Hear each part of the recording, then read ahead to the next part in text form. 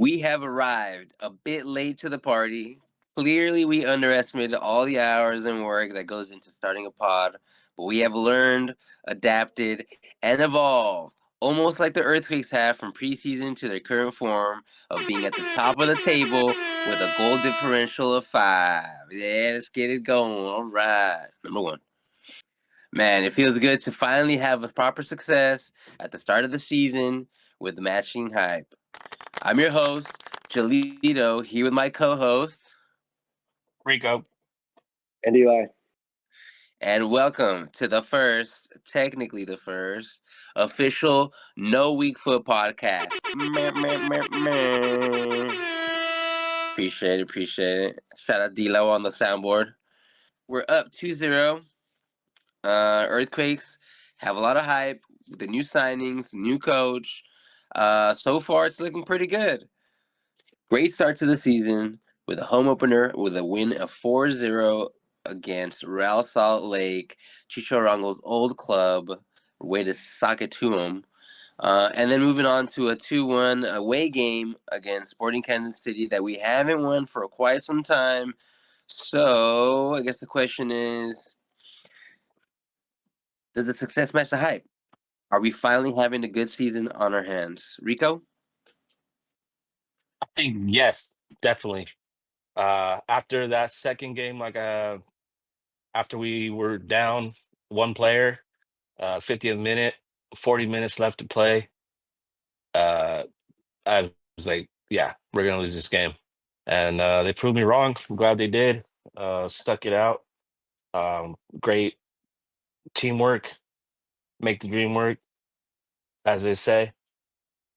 And yeah, man, I'm excited. I'm definitely excited after the first game, but after beating Kansas City at their home, which we haven't done in God knows how long, it's been a long time. Uh, yeah, I'm super pumped. Matching the hype. Eli? I agree. I mean, it's nice to see that we're getting a lot of different goal scorers and a lot of different people involved, right? I think we have 6 different goal scorers. So I think every goal is a different person, which is nice. So we're getting them from our defenders, from our attackers, everywhere on the field. And I think it's also um, been refreshing to see that everybody is disciplined in their positions. Everybody's been everybody knows what their roles are, what their expectations are, and big shout out to our manager for doing that. And I don't think we've had that for haven't had something like that in a very long time. So if we can continue to be disciplined and keep on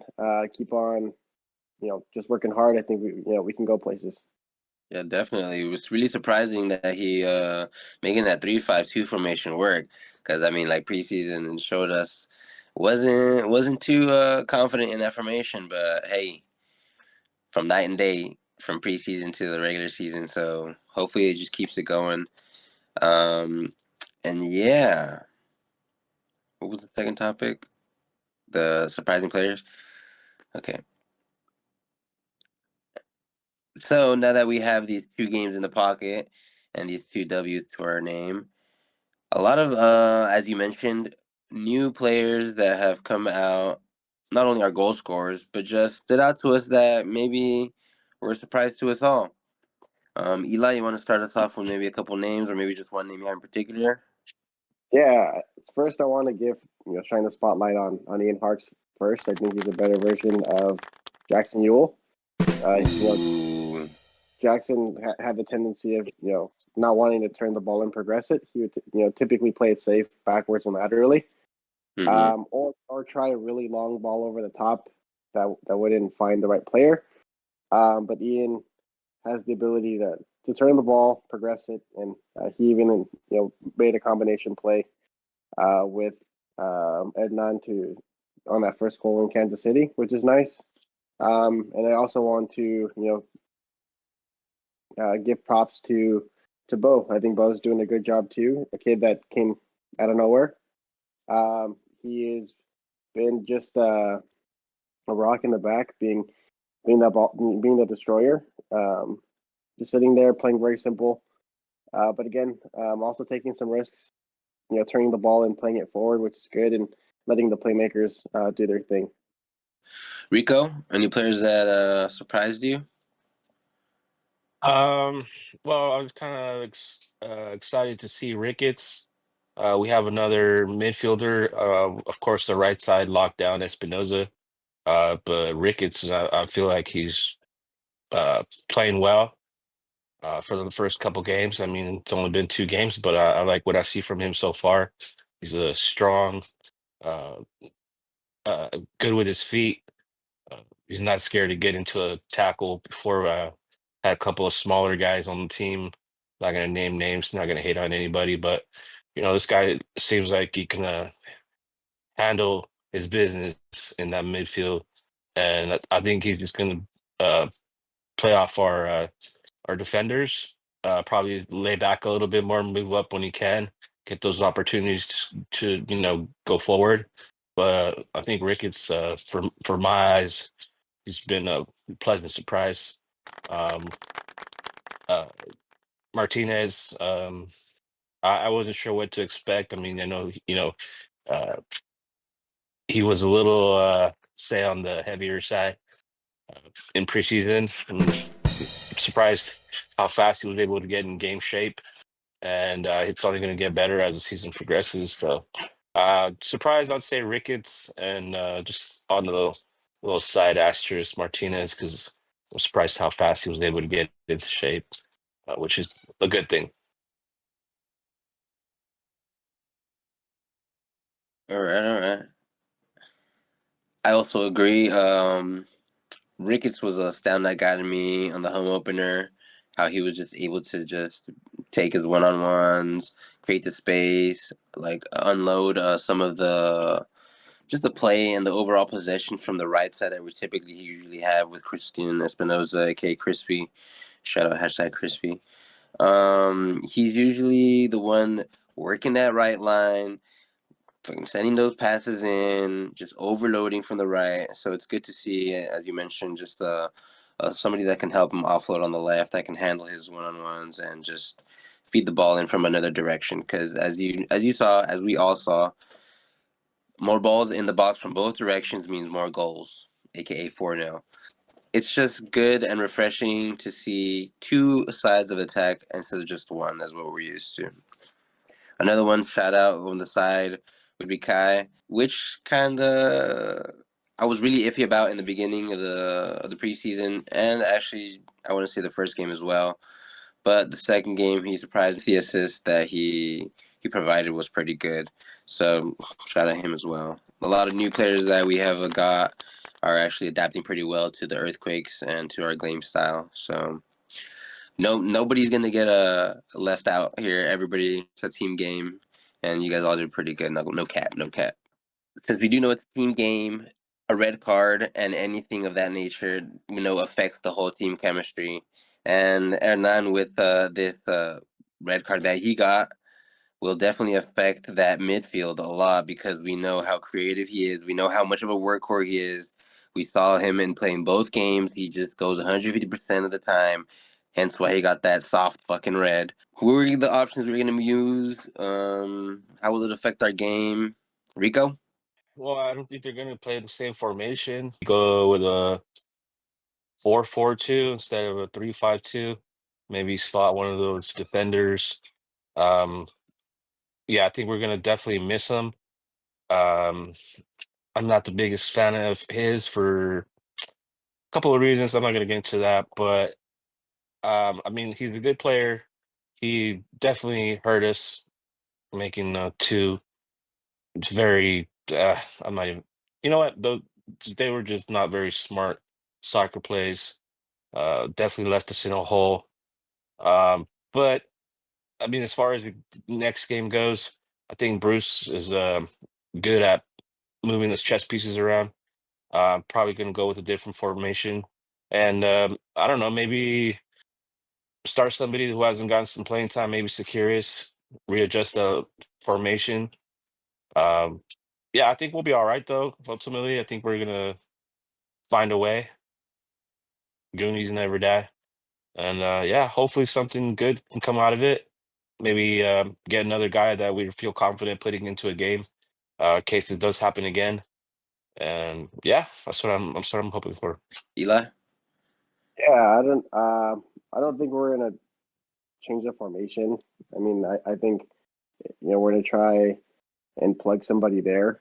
Um, I think Nico's a good shot for him to be playing that, the second forward or whatever the attacking midfielder role, because he has the ability to do so. Or even move Harks up and then play Bo and Mark Anthony K together in the midfield. So there's some options there. I mean, although Ednan personally, I think he's our most talented player individually. I think he's going to be missed, but we shouldn't shift our playing style and our habits based on um, what we have. I think we have enough players that can do that. So if we can find give Nico the ball in the right spaces, I think he can take some players on too and distribute the ball in good spaces. I agree. We shouldn't be focusing too much on filling that hole with a replica, with a copy paste. I think it's a good chance to actually experiment and see what would happen in case we don't have that available.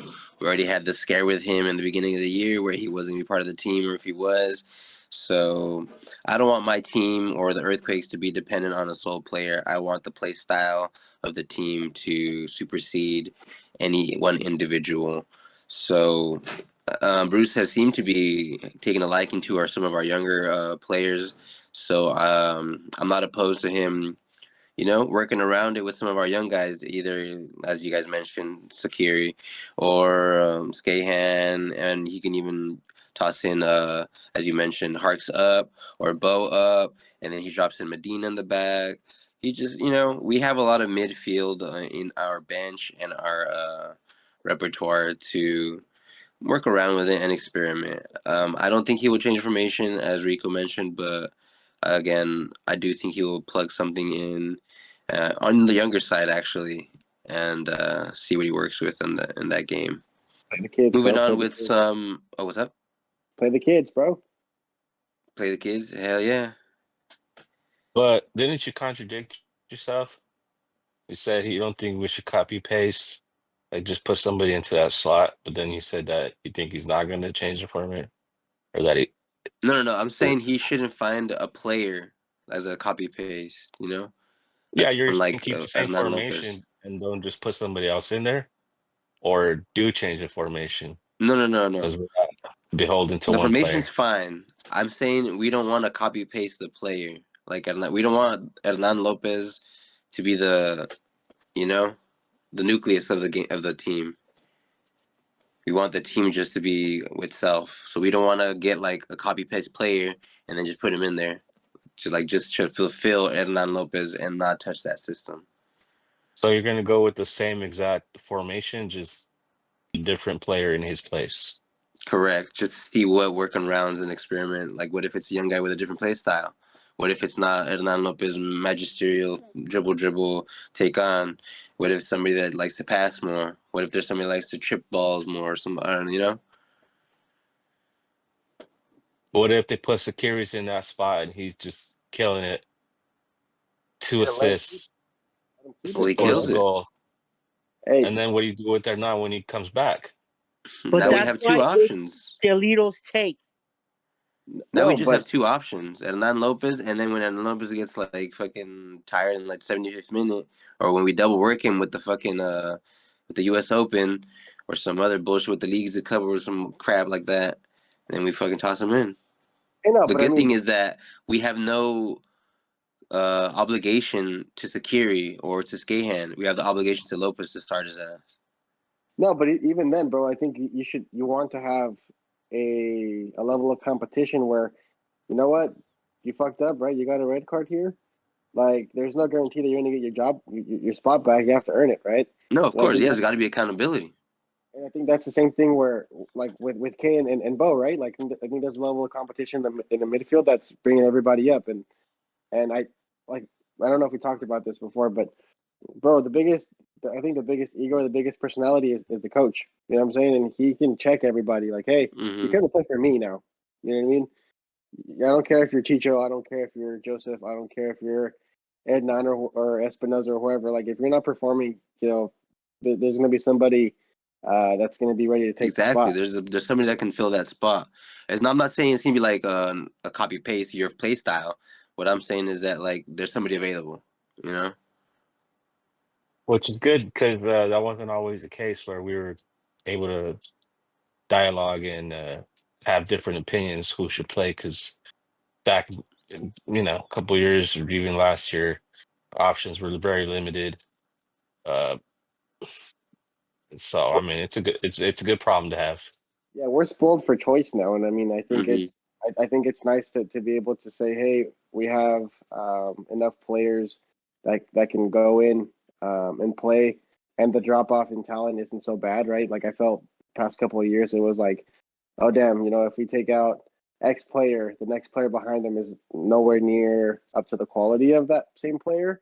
Mm-hmm. Like it was Um, just like some like youngin that we just promoted or something. yeah, but I mean, even the youngsters that we have now, I think are at a different quality than what we've had in the past, and But they also got some seasons under the belt as well. yeah, and I think Bruce has, As Rico said, he knows how to move his chess pieces. yep, he knows how to use his players, and he gives the kids a chance, man, which is good. We haven't had managers that want to give these kids chances. Like I think Cruz Medina should have been playing for us probably, or should be getting with minutes for the team for a long time now. And I think what's his name, Edwin something, the defensive midfielder, he should be starting to get some minutes with us too. But if we can, start producing these kids that we know that the Bay Area is like a fucking Yeah, that's the talent pool of it, like just crazy. If we get some more wins, maybe Bruce will have some like a little bit of a leeway to start some youngins. get some more rotation. Yeah, exactly. All right, D'Lo coming in with some predictions slash over under slash takes. Will the Quakes have a clean sheet against Minnesota? Ooh. Yes or no question. Quick, solid. Rico. Yes, Ooh, okay. Eli. So No. Okay. I'm also gonna go with a no. All right, that given. Score predictions. Okay, okay. So you said yes. Clean sheet. Rico, what's your score prediction? I'm going 2-0. Think I think Arango's going to score. Maybe something dirty, maybe a penalty, and then maybe another guy you're not expecting to score. Uh, put one in the back of the net, and I think Daniel's going to keep up his form that he's been having to begin the season. Like we said, All right. personal in between each other. I think he's going to have a great season, and I think he's just going to keep going. I'm going to say Daniel's going to not let anybody score. All right, 2-0. Eli, you said yeah. uh, You said no on the clean sheet. no, What's your I score think prediction? 3-1. I mean, I think our offensive firepower will continue, and we'll be able to score goals. Um, you know, I'm very optimistic of where this team is. I think there's still some shakiness defensively sometimes, and I think it's not hard pressed to think that Minnesota will get one goal on us. Gotcha, gotcha. I also agree. Um, Honestly, though, I think Hernan Lopez will affect us a little more than what we give him credit for. I think our creativeness and our prowess on the attacking side will not be as strong in the middle, which I think has opened up the sides a little more. But that being said, I'm going to go 2-1 Earthquakes win. All right, last one. I know, Jalilo, you said we're a little late into the season, but I need to know for wager purposes. Are the Quakes gonna go over or under 14 wins for the season? Ooh, Eli, you want to start us off? Yeah. 14. I think 14 is a stretch. I'm gonna hit the under on that, but I am gonna say anywhere between 11 and 12 wins. Um, I think that should put us. That should be enough for a home playoff game, which is ultimately our. Um, I think our goal. I Our mean, if we short-term can goal for sure. exactly, if we can win some kind of championship or silverware, that's ideal. But I think realistic expectation is if we can get ourselves into a place where we can host a playoff game at PayPal for the first time, that'd be great. I mean, I think that's something that's doable. 10 or 11, sorry, 11 or 12 wins, I think is something that's doable. All right, Rico, over under on the 14. Mm, Not so confident well, on that. yeah, dude. I think 13 is the number that I think so. I mean, it's going to be under, but I mean, we're 2-0, about to be 3-0. We Woo. might have a couple of backslides, but I honestly see us winning at least 12. And like you said, it's PayPal Park. Uh, we were at the stadium for the opening game. The environment is electric. I feel like people are excited. I think the DJ helped. Um, yeah, man. I'm gonna Eh, go under, but just by one.